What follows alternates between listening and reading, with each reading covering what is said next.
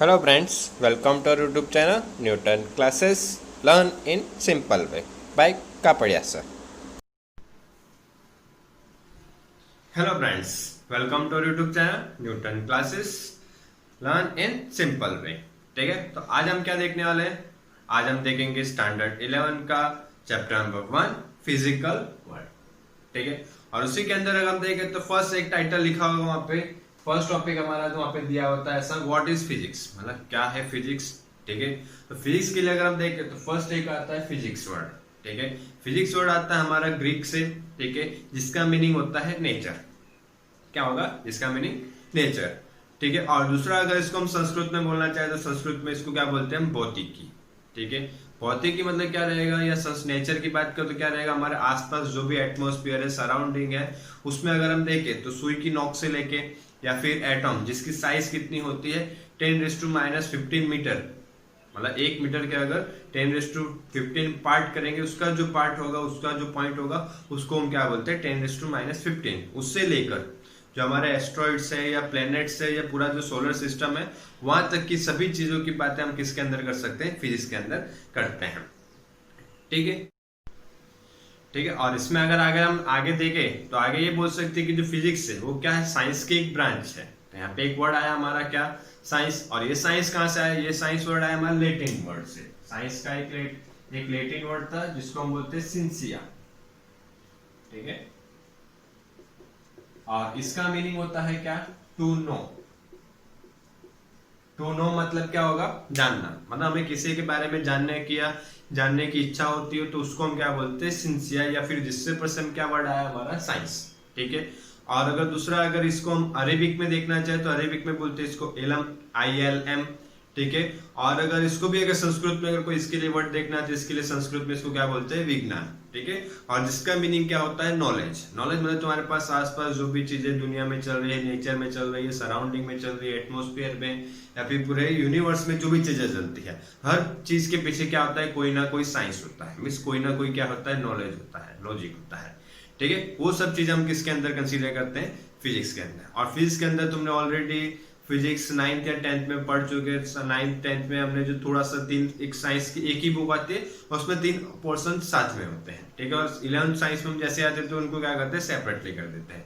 ठीक है, और थोड़ा सा ज्यादा कुछ नहीं है, जो हमने 9th स्टैंडर्ड में जो चीजें की है उसी का थोड़ा सा क्या है, अपडेट वर्जन है. मींस उसमें जो बेसिक चीजें करते थे, नॉर्मली चीजें, जैसे कि हमने वहां पे मोशन भी पढ़ा हुआ है तो यहाँ पे भी मोशन आएगा, लेकिन थोड़ा सा डिटेल में आएगा. ठीक है, और दूसरी चीज वहां पे हमने ग्रेविटेशन भी पढ़ा था, तो यहाँ पे भी एक चैप्टर आएगा ग्रेविटेशन, थोड़ा हम डिटेल में आएगा. अब यहाँ पे देखो एक वर्ड आया ग्रेविटेशन. तो ग्रेविटेशन का मीन्स क्या होगा, कोई भी चीज को क्या करता हो, अट्रैक्ट करता हो. अर्थ क्या करती है, ग्रेविटेशन फोर्स लगाती है किस पे, दूसरे ऑब्जेक्ट्स पे, और अपनी और क्या करती है, इसको अट्रैक्ट करती है. फिर न्यूटन्स लॉ हो गया. न्यूटन के लॉ भी हमने देखे, first law, second law, third law, वो भी हमारा किसके अंदर इंक्लूड होता है, फेज के अंदर इंक्लूड होता है. मतलब सभी चीजें यूनिवर्स में कोई भी ऐसी चीज नहीं होगी जो हम फिजिक्स में कंसीडर नहीं कर सकते हैं. ठीक है, बट ये सब चीजें हो गई हमारी बेसिक्स के लिए, इंफॉर्मेशन के लिए, बट इसमें से एग्जाम्स में कोई क्वेश्चन नहीं आता. और एग्जाम में हमारा जो टॉपिक होता है हम वहां से स्टार्ट करते हैं. तो उसमें अगर हम देखें तो हमारा फर्स्ट टॉपिक आता है इसके अंदर ग्रेविटेशनल फोर्स. Gravitational force. और अगर इसके अंदर देखें तो इसके अंदर टोटल 4 फोर्सेस होंगे. Gravitational force, electromagnetic force, strong nuclear force और वीक न्यूक्लियर फोर्स. ठीक है, और एग्जाम के पॉइंट ऑफ व्यू से देखें तो हमारे लिए 4 पॉइंट्स ही टॉपिक ही इंपॉर्टेंट है. ठीक है, दोस्तों हम क्या स्टार्ट करते हैं, फर्स्ट स्टार्ट करते हैं ग्रेविटेशनल फोर्स. तो ग्रेविटेशनल फोर्स के लिए अगर हम देखें तो क्या होती है, अर्थ होती है. अर्थ के जैसे कि मान लो हम क्या करते हैं, कोई भी चीज को ड्रॉप करते हैं तो कहाँ जाता है, बिलो जाता है, बॉटम डाउनवर्ड डायरेक्शन मोशन करता है. तो क्या होता है, मतलब जैसे कि यहाँ पे हम मान लेते हैं, ये हो गई हमारी अर्थ. इस हाइट से हमने कोई हाइट से हम क्या कर रहे हैं, यहाँ से ऑब्जेक्ट को रिलीज कर रहे हैं या ड्रॉप कर रहे हैं, तो ये क्या करता है, डाउनवर्ड डायरेक्शन में क्या कर रहा होता है, मोशन करता है. और यहीं पे हम देखें तो इसके कंपेयर में इसका मास कंसीडर कर लेते हैं हम 1, और इसी के कंपेयर में यहाँ पे बड़ा सा स्टोन ले और इसका मास हो m2, और कंडीशन हमारी m2 ग्रेटर देन m1. मतलब मास अगर ज्यादा लेंगे तो क्या करेगा, ज्यादा स्पीड से नीचे आएगा. मतलब उस पर जो फोर्स लग रहा है वो क्या लग रहा है, ज्यादा लग रहा है. तो यहाँ पे जो फोर्स लगा कौन रहा है, अर्थ लगा ली. अर्थ मींस क्या करती है, उस ऑब्जेक्ट को अपनी ओर अट्रैक्ट करती है. तो इसको हम क्या बोल सकते हैं, इसका दूसरा भी एक नाम हो सकता है, इसको हम क्या बोल सकते हैं, अट्रैक्शन फोर्स. ठीक है। और ये फोर्स डिपेंड किस पे करता है, मास पे, मतलब जिसके अंदर मास ज्यादा होगा तो उस पर फोर्स भी कैसा लगेगा, ज्यादा लगेगा। जैसे जैसे मास हम इंक्रीज करते जाएंगे तो उस पर फोर्स क्या होता जाएगा, इंक्रीज होता जाएगा। अब बोलोगे सर अर्थ लगा रहा, और दूसरी चीज होती है मास, मास को भी क्या करेगा, अट्रैक्ट करेगा, और ये मास भी क्या करेगा, इस मास पे फोर्स अप्लाई करेगा। और ये हमारा आएगा डिटेल में हम पढ़ेंगे, फॉर्मूला भी आएगा, पूरा चैप्टर है, ठीक है, तब करेंगे। अभी सिर्फ बेसिक से इंफॉर्मेशन दिए। और दूसरा अगर इसको बोलना चाहो तो ये कैसा होता है हमारा यूनिवर्सल फोर्स है। कैसा है, यूनिवर्सल फोर्स, ठीक है। यूनिवर्सल मतलब कहाँ लगेगा, हर जगह फोर्स लगता है, कोई भी जगह नहीं हो कि जहाँ ग्रेविटेशन फोर्स नहीं लगता है। यहाँ पे ग्रेविटेशन अर्थ लगा रही है तो और कहीं पे और कोई लगा रहा होगा, मतलब किसी के अंदर भी मास होगा तो दूसरे ऑब्जेक्ट के अंदर मास होगा तो उसको क्या करेगा, वो अट्रैक्ट करेगा, ठीक है। एक तो ये चीज हो गई। दूसरी इस चीज का बेनिफिट क्या है, दूसरा अगर हम चीज देखें तो इसमें ये चीज कंसीडर कर सकते हैं कि जो प्लैनेट्स वगैरह होते हैं, अगर हमने पता है कि जो मून होता है, मून क्या करता है, अर्थ के अराउंड कंटिन्यूसली क्या करता है, रिवॉल्व करता रहता है, ठीक है। और वो भी किसकी वजह से होता है, ग्रेविटेशन के फोर्स की वजह से। अगर ग्रेविटेशन फोर्स नहीं होता तो घूमते घूमते कहाँ चला जाता है, कहीं पे भी यूनिवर्स में घूमने चला जाता है, ठीक है। लेकिन ऐसा होता है नहीं, वो कंटिन्यूसली क्या करता है, हम इतने सालों से लाइफ से देख रहे हैं कि वो क्या कर रहा है, अर्थ के अराउंड क्या कर रहा है, रिवॉल्व कर रहा है, मतलब अर्थ उसको क्या कर रही है, पकड़ के रखी है, पकड़ के रखी मतलब अट्रैक्ट करके रखी है, जिसका मीनिंग क्या होता है, और किसकी वजह से करती है, ग्रेविटेशन फोर्स की वजह से। और इसका अगर एग्जांपल हम देखें, और इसका एग्जांपल देखें तो क्या आ जाएगा, सन के अराउंड क्या करती है, अर्थ करती है, या फिर दूसरे प्लैनेट्स की बात करें तो सन हमारा सेंटर में हम कंसीडर करते हैं, और सभी प्लैनेट्स क्या करते हैं, उसके अराउंड क्या करते हैं, रिवॉल्व होते हैं, रोटेट करते हैं। तो भी चीज किसकी वजह से होती है, ग्रेविटेशन फोर्स की वजह से। वो भी क्या करके रखते हैं, उनको अट्रैक्ट करके रखते हैं, ठीक है। ये तो हुआ हमारा किसके लिए, ग्रेविटेशनल फोर्स के लिए, ठीक है, ठीक है। और इसके बाद अगर नेक्स्ट देखें तो नेक्स्ट हमारा है इलेक्ट्रोमैग्नेटिक फोर्स। अब इलेक्ट्रोमैग्नेटिक मतलब किससे, इलेक्ट्रिसिटी रिलेटेड होगा। हमारी जो भी बल्ब वगैरह होता है, फैन ऑन होता है, फैन रोटेट करता है, चीजें जो भी चीजें हम यूज करते हैं, फोन यूज करते हैं, लैपटॉप यूज करते हैं, तो सबके लिए हमें किसकी जरूरत पड़ती है, इलेक्ट्रिसिटी की, ठीक है। तो इलेक्ट्रिसिटी प्रोड्यूस किसकी वजह से होती है, चार्ज की वजह से। चार्ज क्या करते हैं, एक जगह से दूसरी जगह क्या करते हैं, मोशन करते हैं, और मोशन की वजह से वो क्या प्रोड्यूस करते हैं, इलेक्ट्रिसिटी। अब बोलोगे सर चार्ज क्या होता है, चार्ज मतलब जैसे कि हम बोल रहे हैं इलेक्ट्रॉन प्रोटॉन जो वर्ड बोलते हैं, इसी को हम क्या बोलते हैं, इलेक्ट्रिक चार्ज बोलते हैं, ठीक है। तो अब इनके बीच में जो फोर्स लगता है उनको हम क्या बोलते हैं, इलेक्ट्रोमैग्नेटिक फोर्स। तो सर उनको सिर्फ इलेक्ट्रिक फोर्स भी तो बोल सकते हैं, पर इलेक्ट्रोमैग्नेटिक बोलने का रीजन, ठीक है, उसके लिए मतलब क्या होता है, अगर कोई भी चार्ज क्या कर रहा होता है, मोशन कर रहा है, मींस इलेक्ट्रॉन क्या कर रहा है, अगर मोशन कर रहा है मींस एक जगह से दूसरी जगह जा रहा है, ठीक है, तो क्या करता है, करंट प्रोड्यूस करता है। और करंट क्या करता है, मैग्नेटिक इफेक्ट प्रोड्यूस करता है, मतलब करंट की वजह से क्या मिला हमें, मैग्नेट भी मिल रहा है और करंट भी मिल रहा है, दोनों चीजें मिल रही है। इसके लिए इलेक्ट्रिसिटी और मैग्नेटिक दोनों को मिक्स करके कंबाइन करके एक नया वर्ड मिला हमें, इलेक्ट्रोमैग्नेटिक। और उनके बीच में जो फोर्स लगता है उसको हम क्या बोलते हैं, इलेक्ट्रोमैग्नेटिक फोर्स, ठीक है। तो अब यहाँ पे देखो, हमने ग्रेविटेशन में क्या देखा था कि क्या होता है हमारा ग्रेविटेशनल फोर्स, कैसा होता है हमारा, अट्रैक्शन फोर्स होता है, ठीक है। लेकिन इलेक्ट्रोमैग्नेटिक फोर्स हमारा अट्रैक्शन भी हो सकता है या रिपल्सन भी हो सकता है।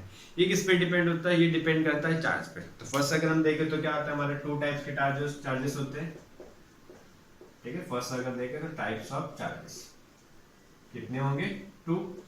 फर्स्ट अगर हम देखें तो उसमें हमारा आएगा पॉजिटिव, और पॉजिटिव हमारा कौन सा होता है, प्रोटॉन। और नेक्स्ट अगर देखें नेगेटिव के लिए, ठीक है, और नेगेटिव हमारा कौन सा होता है, इलेक्ट्रॉन, ठीक है। अब इसमें ये होता है कि दो प्रोटॉन पास पास में रखेंगे तो दोनों पॉजिटिव हो जाएंगे, तो उनके बीच में क्या होगा, रिपल्सन। तो इसमें से एक वर्ड यार बोल सकते हैं, अगर लाइक चार्जेस होंगे, या फिर बोलना चाहो तो याद रखने के लिए सेम चार्जेस होंगे तो उनके बीच में क्या होगा, रिपल्सन,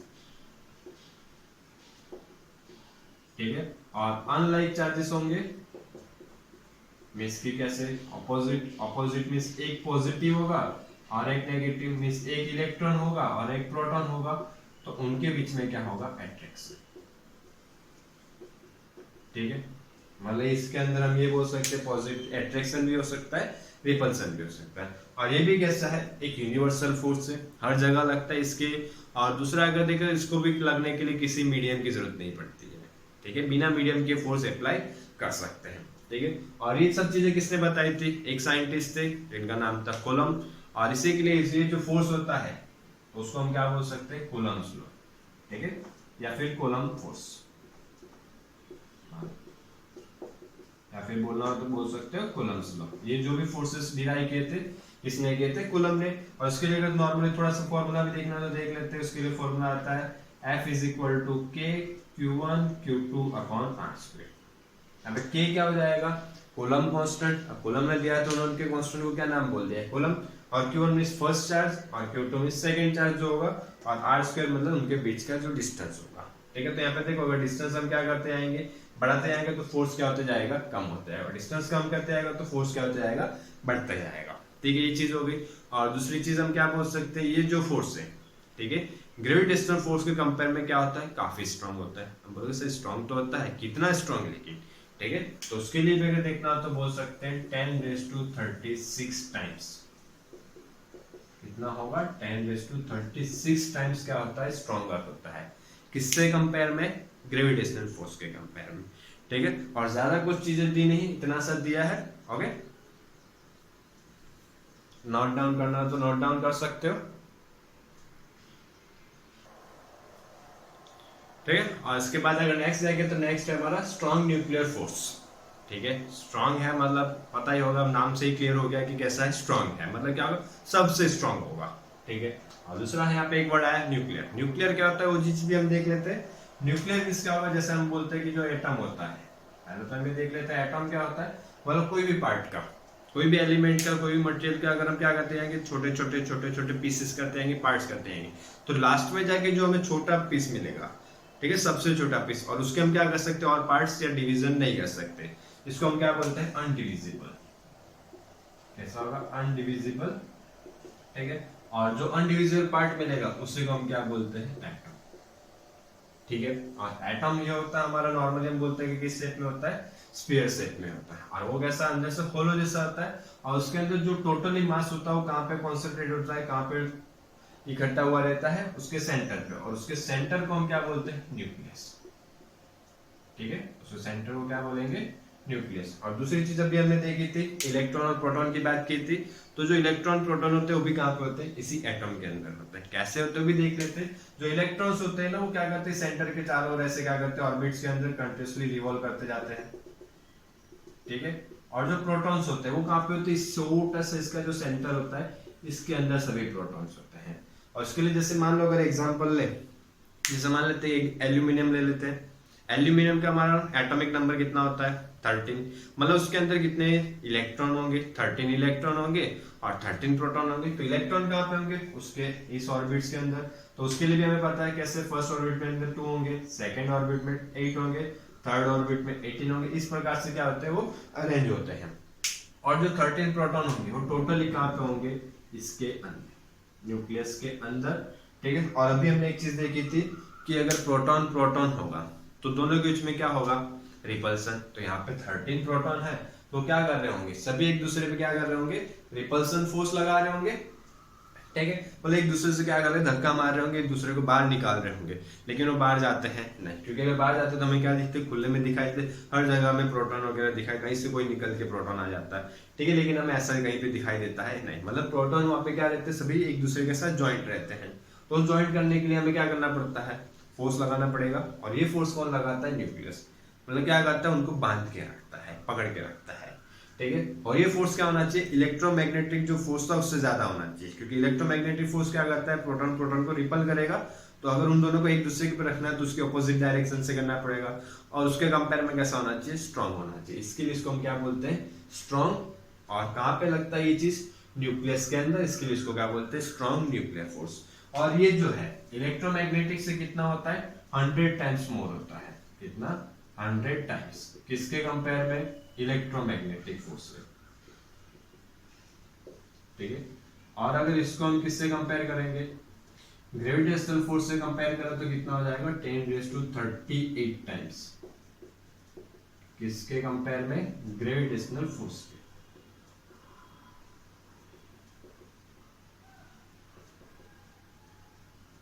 ठीक है, इतनी चीज। और यहाँ पे देखो तो क्या कर सकते हैं, इसके कंपेयर में हम ग्रेविटेशनल फोर्स को क्या कर सकते हैं, नेगलेक्ट कर सकते हैं। मतलब हम ये भी मान सकते हैं यहाँ पे ग्रेविटेशनल फोर्स की कोई इफेक्ट ही नहीं है। ठीक है, और दूसरी चीज यहाँ पे ये होती है, इसकी लिमिट होती है। ये नहीं कि जैसे इसको इन दोनों को हमने क्या बोला था, ये दोनों कैसे थे, हमारे यूनिवर्सल फोर्स थे। ठीक है, बट ये यूनिवर्सल नहीं होता है। ये कुछ लिमिट तक लगता है। कितनी लिमिट तक लगता है? जैसे हमने क्या बताया था, इसकी जो साइज होती है, इसकी साइज कितनी होती है न्यूक्लियस के सेंटर की या न्यूक्लियस की 10⁻⁻15 मीटर। ठीक है, कितनी होती है 10⁻⁻15 मीटर। मतलब इसकी साइज तक मतलब कितने में लगेगा 10⁻⁻15 मीटर। जैसे यहाँ पे आ गया तो साइज क्या हो गई, ज्यादा हो गई, तो वहाँ पे स्ट्रॉन्ग न्यूक्लियर फोर्स लगेगा नहीं। सिर्फ वो कहाँ पे होता है, सेंटर में, या फिर बोलना चाहो तो न्यूक्लियस में। तो उसकी रेंज कितनी हो जाएगी 10⁻⁻15 मीटर। ठीक है, मतलब एक ऐसा शॉर्ट रेंज फोर्सेस है। ठीक है, और अगर देखो आपको कोई डाउट हो तो आप क्या कर सकते हो, कमेंट में कर सकते हो। ठीक है, और नोट डाउन करना हो तो नोट डाउन कर लो। ठीक है, और इसके बाद अगर नेक्स्ट देखेंगे तो नेक्स्ट हमारा टॉपिक है वीक न्यूक्लियर फोर्स। वीक मतलब क्या होगा, कमजोर होगा, लेकिन ये नहीं कि कमजोर बहुत कमजोर होगा, सिर्फ किससे, स्ट्रॉन्ग न्यूक्लियर फोर्स से वीक होगा, और इलेक्ट्रोमैग्नेटिक फोर्स से भी बोल सकते हो, लेकिन ग्रेविटेशनल फोर्स से वीक नहीं होगा, उससे क्या होगा, स्ट्रॉन्ग ही रहेगा। ठीक है, एक चीज याद है। दूसरा यहाँ पे देखो, यहाँ पे भी किसके लिए बोल रहे हैं, न्यूक्लियर है, मतलब न्यूक्लियस के अंदर ही लग रहा होगा। तो वहां पे जो फोर्स लगा रहे थे हम अभी, जो स्ट्रॉन्ग न्यूक्लियर था, तो क्या कर रहा था, बांध के रख रहा था, पकड़ के रखा था। ठीक है, तो यहाँ पे फोर्स अगर कैसा हो जाता है, वीक हो जाता है, तो उसके अंदर जो इलेक्ट्रॉन है, प्रोटॉन है, वो क्या हो जाते हैं, बाहर निकलने लगेंगे, और बाहर निकलने लगे तो वहां से हम बोल सकते हो क्या होते हैं, डिस्ट्रॉय होते हैं। मतलब जो न्यूक्लियस होगा वो क्या हो जाएगा, डिस्ट्रॉय हो जाएगा, टूट जाएगा। ठीक है, तो उसके लिए क्या है, एक वर्ड यूज किया हुआ है जिसको हम फिजिक्स में क्या बोलते हैं, डीके, और एक प्रोसेस होती है जिसको हम बोलते हैं बीटा डीके। मतलब जैसे अगर तुम देखना चाहो तो जो हमारा जो सोलर सिस्टम का जो मेन सोर्स है क्या है, सन। ठीक है, उसके अंदर से हमें क्या मिलती है, कंटिन्यूसली एनर्जी मिलती जाती है। तो वहां पे क्या होती है, कुछ ना कुछ प्रोसेस होती जाती है। वहां पे कौन सी प्रोसेस होती है, यही चीज होती है, उसको हम क्या बोलते हैं, न्यूक्लियर फिजन या फ्यूजन बोल सकते हैं। मतलब न्यूक्लियस का क्या होता है, कंटिन्यूसली डिस्ट्रॉय होते जाता है, और उसमें से क्या निकलती आती है, एनर्जी निकलती रहती है, और वो एनर्जी क्या होती है, हम तक पहुंचती है। मतलब इतनी एनर्जी वहां से निकलती है। ठीक है, और दूसरी चीज अगर हम देखें तो उसके अंदर क्या होगा, एनर्जी तो निकलती है, एनर्जी के साथ क्या होता है, पार्टिकल्स भी निकलते हैं। ठीक है, पार्टिकल्स में वहां पे इलेक्ट्रॉन भी निकल सकता है, प्रोटॉन भी निकल सकता है, और एक तीसरा पार्टिकल निकलता है जो ना पॉजिटिव होता है ना नेगेटिव होता है, मींस कैसा होता है, न्यूट्रल होता है, उसको हम क्या बोलते हैं, न्यूट्रिनो। ठीक है, तो अगर जैसे एग्जांपल के लिए तुम्हारे बुक सिलेबस के अंदर दिया हुआ है बीटा डीके, तो बीटा डीके का जब मींस क्या होता है, कोई न्यूक्लियस का डिस्ट्रॉय होता है, तो जिसके अंदर से क्या निकलता हो, मान लो निकल रहा हो इलेक्ट्रॉन, और एक दूसरा कौन सा वर्ड बताया था, जो न्यूट्रल होता है, उसको क्या बोलते हैं, न्यूट्रिनो। ठीक है, और ऐसे जो पार्टिकल्स निकलते हैं तो इस प्रोसेस को हम क्या बोलते हैं, बीटा डीके। ठीक है, ये तो बात हो गई फोर्स की या पार्टिकल्स की। और दूसरी हम जो चीज क्या देखते हैं वहां पे, यूनिवर्सल था, बट ये भी यूनिवर्सल नहीं है। ठीक है, याद रखना। और तीसरी चीज क्या देखी थी, स्ट्रॉन्ग के लिए हमने लिमिट देखी थी, और इसके लिए भी लिमिट रहती है, और इसके लिए लिमिट रहती है 10⁻⁻16 मीटर। इसकी रेंज क्या होगी, 10⁻⁻16 मीटर। ओके, इतना सा है सिलेबस में, और एग्जाम के पॉइंट ऑफ व्यू से 4 फोर्स ही इंपॉर्टेंट है। बाकी ऐसे तो बहुत लेंथी चैप्टर है, 10-15 पेज के आसपास दिए होंगे, लेकिन वो हमारे लिए इंपॉर्टेंट नहीं हो। अगर पढ़ना चाहो तो पढ़ सकते हो। और अगर देखा हो तो उसमें एक चीज और दी, रुदरफोर्ड दिया हुआ है।